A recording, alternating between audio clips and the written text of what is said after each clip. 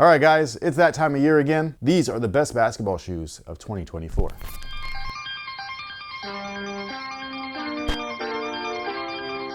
Hey, what's going on, everyone? My name is Chris. Welcome back to the official WearTesters.com YouTube channel. Today, we're going over the best basketball shoes of the year. These are shoes that I picked based off of my personal preferences. So this is just what I really enjoyed playing in. I do like to keep things simple, so I'm only gonna have 5 shoes in this list. However, there were a slew of releases that happened towards the mid to end of December 2023, all the way up until right now, that were absolutely fantastic basketball shoes. And were they all perfect? No. Did they make it into my top 5? Of course not. Otherwise, I wouldn't have to preface everything with this. Is it preface or preface? I don't know. But either way, there were a slew of great basketball sneakers released in this 12-month calendar year, and I think that they all deserve a little bit of shine. And while I'm not going to be able to talk about all of them, here's a quick rundown of some of the best. The GT Cut 3s, the Adidas AE 1s, the Air Jordan 38 Lows, the Book 1s, the Adidas Harden Volume 8, the Anta 1, the Li-Ning JB2, the Wade All City 12, the Nike KD 17, the EQLZ 247, the Wade 11, the Adidas Dawn Issue 6, the Curry 12, the Nike Jaw 2, the Puma All Pro Nitro Elite, the Jordan Tatum 3, the EQLZ 360, and the Kobe 9 Protro. Those are just some of the basketball shoes that I think are like, if you get one of those, you're gonna be fine. There's not gonna be a big problem. You know what I'm saying? Depending on your foot shape and size and all of that kind of stuff. Obviously, again, they're not all perfect, but I think that for the most part, like, those are really solid basketball shoes, really great offerings, and there's something out there for everybody. Well, isn't that special? Now, before we get started, we do have a quick word from today's sponsor, and that's the good folks over at POIZON. They just wanted us to remind you guys about their free authentication service, and yes, I said that correctly. It's free. Shut the front door. So as an example, we are going to use these really poorly made, really poorly put together Air Jordan 12 Game Royals. And while I know that they're authentic, we're just going to double check because, I mean, they look fake. Now, this service is super easy to use, and again, it is free. Inconceivable. So once you're in the app, you're going to click the authentication tab, and then you're going to hit try for free. And from there, you just follow the instructions. Now, once you're done taking pictures, click submit. Then a few moments later, you should receive an email with your results. In this particular situation, it's a pass. That was totally wicked! I do highly recommend this service, by the way, especially because it's free. There's nothing better than peace of mind when you're spending this much money on something, so better safe than sorry. So if you're interested in trying this out, make sure that you check the link down below in the description box. It will send you over to POIZON. On top of all of that, you can use the promo code that you see right here on the screen and save yourself some cash. Now, what are my top 5 picks, like the shoes that I felt I had the most fun in?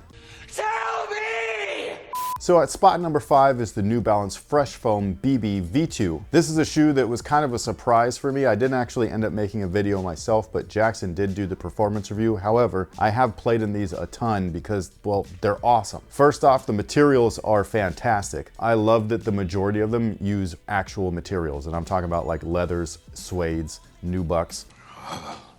I can't even tell you how much I just appreciate that. On top of all of that, the cushioning is fantastic. The only downside, in my opinion at least, is that the stack height is just a little bit high. You know what I mean? Like, you do feel a little lifted off the floor in comparison to other shoes. In comparison to other shoes with great cushion as well, I should say. So, like, just to clarify. And not only is the cushion great, but the traction was fantastic. No matter what court I took them things on, they gripped everything. They were like little suction cups. It was so much fun to play in. Now at spot number 4, it's the 361 Big 3 5.0. This was actually a surprise shoe for me because I didn't think much of them when I first got them in, outside of like, yeah, they feel like they'll be cool. Turns out they were a little bit better than cool. They were pretty awesome. I really loved the traction. The cushion was solid. The fit was great. They were stupid lightweight. They don't feature any of the great materials that Fresh Foam shoe does. So like, this is all synthetics, textiles, all that stuff. So none of the stuff that I personally love. But in terms of overall performance, it was just fantastic. Like, I have really no complaints about that shoe. Maybe my only one would be just that the traction was shallow, but I don't use those outdoors, so that doesn't bother me. So yeah, I think that that is a great shoe. If you can grab any of these on discount, I think that you're pretty much good to go. But if you wanted to try something a little bit more outside the box, 361, definitely a brand to look at right now. Now at spot number 3, it's probably one of my most worn shoes of the year, and that is the Nike Sabrina 2s. They ended up making it on the list, I decided. I told you. I almost didn't put them on the list. I almost didn't put them on the list,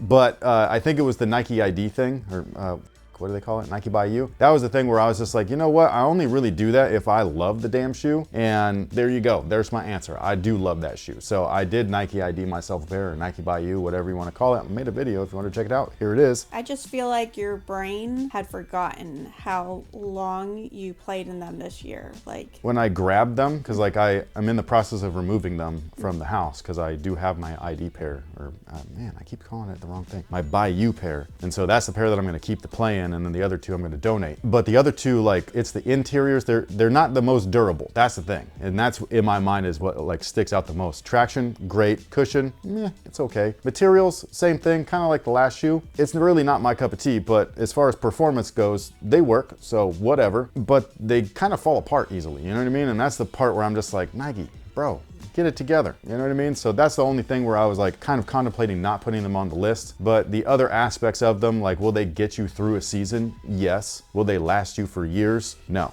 That was my only thing, and maybe that's not fair. So here we go. They're number 3. And again, I had some great games in these. I got a lot of buckets in this shoe. Stability is on point, all that stuff. So it is a good shoe to play in. It's not as good as a Kobe, which is what they're trying to mimic, which they should just drop more Kobe's, you know, make Sabrina's shoe Sabrina, like make it unique to her instead of some copycat thing, but whatever. Now my top 2 is really hard. I can interchange these two with one another. I do declare, Mr. Beauregard. Depending on the day that you ask me. So as of today, this is my second spot, and it's the Dame 9. These things right here are fantastic. I love these. I wish that I could play in these all the damn time, but the shoe that I got at my number 1 spot has slightly better traction, or more consistent traction, more often. So that's the only thing that's keeping these maybe down lower in a spot than maybe they would be on a different day. Now, I don't actually have any B-roll of these things on foot, like in game and everything like that, so I apologize, but this is just a great shoe, man. The light strike in these is stupid comfortable. That's the one thing. The shoe that's in my number 1 spot is great if you give them time to break in. This shoe is ready right out the box. Like, you bust these out, you put them on your feet, you lace them up, boom, you're good to go. So yeah, that was the one difference, is that one, you could definitely got to break it in. This one, not so much. So depending on what you need, interchange the 1 and 2 spot how you see fit. Now my number 1 spot is actually a shoe that I didn't dog, but I definitely wasn't excited to play in them, because when I tried them on, I was like, bro, these are stiff as f. But if you give the KT10 some time, hot damn, this is one hell of a shoe, dude. Like, it's crazy. They just feel good. They're bouncy, even though they're super firm and stable. I could get shots off in these no problem because of the stability. Like, they have this little outrigger right here that, I mean, it's just there for you, man. It's there for you. It's like a friendly therapist. If you happen to need one, they're just always there. Much like the rest of the shoes on this list outside of those New Balances, the materials here are just not my cup of tea. And that's a through line with like most shoes nowadays. So my personal preference on materials is one thing, whether they work or not is another. So preference and performance are 2 separate things. I can decipher between the two. Hopefully you can too. My favorite thing about these though is the traction. This shoe right here gets me through damn near everything. Like, it doesn't matter what court I'm on, and I play on some really ones. I do play on some really nice ones, but I play on some really shitty ones. As you guys could tell, these are not clean looking. These are solid, bro. Like, I don't know what else to tell you. If the foundation of the shoe for me is inconsistent, then the rest of the shoe, like, no matter how good any of the other stuff is, it's all negated. It's all for nothing. And that's not the case with these. Like, this shoe right here, the bottom, the foundation, the traction, the thing that you start off with, the thing that makes the contact with the ground the most, it's solid. And then everything moving on up, it's great. The support, the ventilation, the cushion, the stability, everything. It's awesome. I'm in love, and I don't care who knows it.